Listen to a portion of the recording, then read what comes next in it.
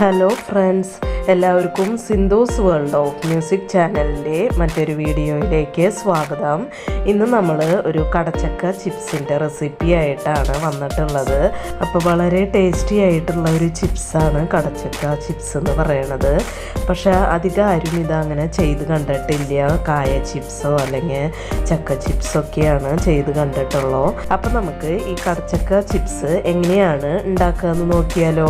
അതിനായിട്ട് ഞാനിവിടെ ഒരു കടച്ചക്ക എടുത്തിട്ടുണ്ട്. ഇത് നമുക്ക് തൊലിയൊക്കെ കളഞ്ഞിട്ട് നന്നായിട്ട് കഴുകി എടുത്തിട്ട് വരാം. അപ്പോൾ എല്ലാവർക്കും അറിയുന്നതാണ്, കടച്ചക്ക നുറുക്കി കഴിഞ്ഞാൽ നമ്മൾ ഉപ്പുവെള്ളത്തിലൊക്കെ ഇട്ട് വെക്കണം, അല്ലെങ്കിൽ അതിൻ്റെ കളറൊക്കെ ചേഞ്ചായിട്ട് പോവും. അപ്പോൾ നമ്മൾ കടച്ചക്കയൊക്കെ തൊലി കളഞ്ഞിട്ട് നന്നായിട്ട് കഴുകി എടുത്തിട്ടുണ്ട്. അപ്പോൾ ഞാൻ ഇതേപോലെയാണ് കഷ്ണങ്ങളാക്കി എടുത്തിട്ടുള്ളത്.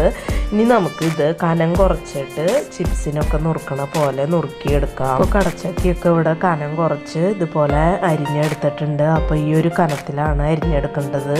നന്നായിട്ട് കനം കുറച്ച് തന്നെ അരിഞ്ഞെടുക്കണം. ഇനി നമുക്ക് ഇത് വറുത്തെടുക്കാനായിട്ട് നോക്കാം. അതിനായിട്ട് ഞാനിവിടെ ഒരു ചീനച്ചട്ടിയിൽ കുറച്ച് ഓയിൽ ഒഴിച്ച് കൊടുത്തിട്ടുണ്ട്. അപ്പോൾ ഓയിലോ റൈസ് ബ്രാൻ ഓയിലോ ഏത് വേണമെങ്കിൽ എടുക്കാം. അപ്പോൾ വെളിച്ചെണ്ണ ഇപ്പോൾ നന്നായി ചൂടായി വന്നിട്ടുണ്ട്. അതിലേക്ക് കുറച്ച് കടച്ചക്ക ഇട്ട് നന്നായിട്ട് മിക്സ് ചെയ്ത് വറുത്തെടുക്കുക. അപ്പോൾ തീ മീഡിയം ഫ്ലെയിമിൽ ഇട്ടിട്ട് വേണം നമ്മളിത് വറുത്തെടുക്കാനായിട്ട്.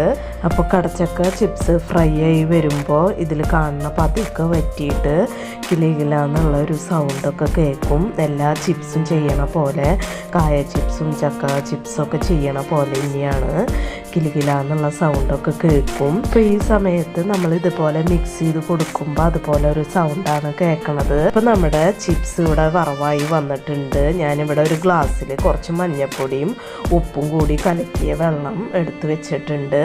അത് കുറച്ച് ഇതിലേക്ക് ഒഴിച്ചു കൊടുക്കാം. 1 ടീസ്പൂണോ 2 ടീസ്പൂണോ നമ്മൾ ഇട്ട് കൊടുത്തിക്കണ ചിപ്സിനനുസരിച്ച് അത് ഒഴിച്ചു കൊടുക്കണം. അപ്പോൾ എല്ലാവർക്കും അറിയാം, ഉപ്പുവെള്ളം തളിക്കുന്ന സമയത്ത് ഇതുപോലെയാണ് പതിയൊക്കെ വന്നിട്ടുണ്ടാവും. അതൊക്കെ വറ്റി വരുമ്പോഴാണ് നമ്മൾ വീണ്ടും ഇത് അടുപ്പത്തുനിന്ന് കോരി മാറ്റി വെക്കേണ്ടത്. അപ്പം ഞാൻ ഈ ഉപ്പുവെള്ളം അടുപ്പത്ത് വെച്ചിട്ടാണ് ഒഴിച്ചു കൊടുത്തിട്ടുള്ളത്. നിങ്ങൾക്ക് വേണമെന്നുണ്ടെങ്കിൽ ഈ ചിപ്സ് വറവായി വരുന്ന സമയത്ത് സ്ട്രെയിനറിലേക്ക് എടുത്ത് മാറ്റിയതിന് ശേഷം കുറച്ച് വെള്ളം തളിച്ച് കൊടുത്ത് മിക്സ് ചെയ്ത് കൊടുത്താലും മതി. എങ്ങനെയാണോ അവരവരുടെ സൗകര്യത്തിനനുസരിച്ച് അത് ഒഴിച്ചു കൊടുക്കാം. ഇപ്പം നമ്മുടെ ഉപ്പിൻ്റെ അംശമൊക്കെ അതിൽ നിന്ന് വറ്റി വന്നിട്ടുണ്ട്.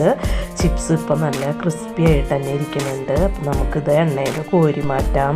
ഞാനിത് ഒരു സ്ട്രെയിനറിലേക്ക് ഇട്ട് കൊടുത്തിട്ടുണ്ട്. ഇതുപോലെ നമുക്ക് എല്ലാ കടച്ചക്കയും നമുക്ക് വറുത്തെടുക്കാം.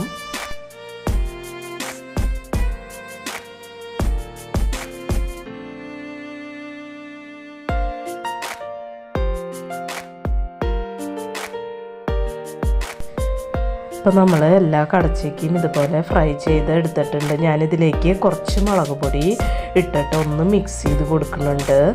അപ്പോൾ കുട്ടികൾക്കൊക്കെ ആണെങ്കിൽ മുളക് അധികം ചേർക്കേണ്ട ആവശ്യമില്ല. മുളക് ഇല്ലാണ്ടും ഇത് തിന്നാൻ നല്ല ടേസ്റ്റാണ്. ഞാനിതിലേക്ക് കുറച്ച് കരിവേപ്പിലയും വറ്റൽമുളകൊക്കെ വറുത്തിട്ട് കൊടുത്തിട്ടുണ്ട്. അപ്പോൾ നമ്മുടെ വളരെ ടേസ്റ്റി ആയിട്ടുള്ള കടച്ചക്ക ചിപ്സ് ഇവിടെ റെഡി ആയിട്ടുണ്ട്.